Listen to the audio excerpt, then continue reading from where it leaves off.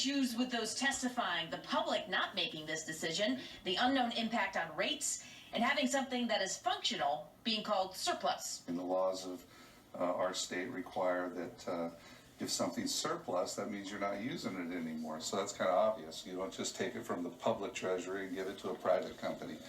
Sitting here contemplating actually voting a in-service network as surplus. You know, if it was broken and off to the side of the road and couldn't work, a broken car, you know, maybe it was a TPU car, can't work anymore, that might be a surplus.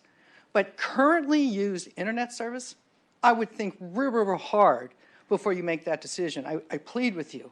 Since there's never been an audit, there's never been a professional assessment, and there's never even been an independent analysis of what the financial worth of all this bundle of fiber is and all this internet connectivity is, how can you even come to some kind of financial conclusion that it's worth $2.5 million? The same customers are out there enjoying the municipally owned internet, and that hasn't changed. It's not surplus to the needs of Tacoma Power to provide that service. We'll tell you, first of all, that we're the first city in the world to create a public broadband system, and that was revolutionary at the time for 1996. And I'll have to tell you, I sure hope that we're not going to be the first city in the world to give up on it, because cities across America are following in our footsteps. We're still the second largest public broadband system in America. Chattanooga's passed us up, but they've had a clear mission to deliver access to the people. Internet's becoming an essential utility. You can't check a report card or do your homework or make a doctor's appointment or check the bus schedule without it. So it is the case that we are the redheaded stepchild here. Nobody cared about Tacoma when we had to build this. But remember, there was a 400-page study of why we needed to build it. And they likened it to the railroads of the 1880s. If you didn't have this infrastructure, the future would pass you by. And they weren't coming to build it for us in Tacoma. Seattle had 3 megabit service and we had 1. Seattle had 60 TV channels and we only had 20. So it was resolved to go into this and build this for broadband. It was never surplus capacity. It was never done for smart meters. That came 10 years later. It was a pilot program. It has nothing to do with what we created here. So be very clear about what's happening here today. You are stealing, and this is not only a gift of public funds, this is a theft of public funds. This network brings in $25 million. It's not surplus.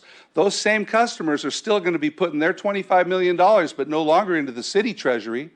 It's going to be turned into a private party, funneled to a private party. You're guilty of monopolizing the first public broadband. If you go along with this, let's hope you come to your senses and you wouldn't vote for this, but you're guilty of privatizing in an anti-competitive way, monopolizing our open access. There's one wire that comes down to my house. That data flows like bits. That's why it's a common carrier down that one stream. So who controls that stream? That's called a common carrier. And you don't throw an open access public broadband network with the competition that we have between the ISPs that bring us low rates, and you're in the internet business. You're absolutely in the internet business. You're providing the IP address, you're providing the DNS, you're providing the DHCP. That's called internet. You're in the business. That's why we're doing $8 million a year in revenue now. It's growing like crazy. Your profitable TV business, that's a by-the-way product. So let's focus on what we're doing. Let's get back. We have gigabit service. We're already doing fiber to the home. And we're doing it in all the new buildings. People love it, and it's low.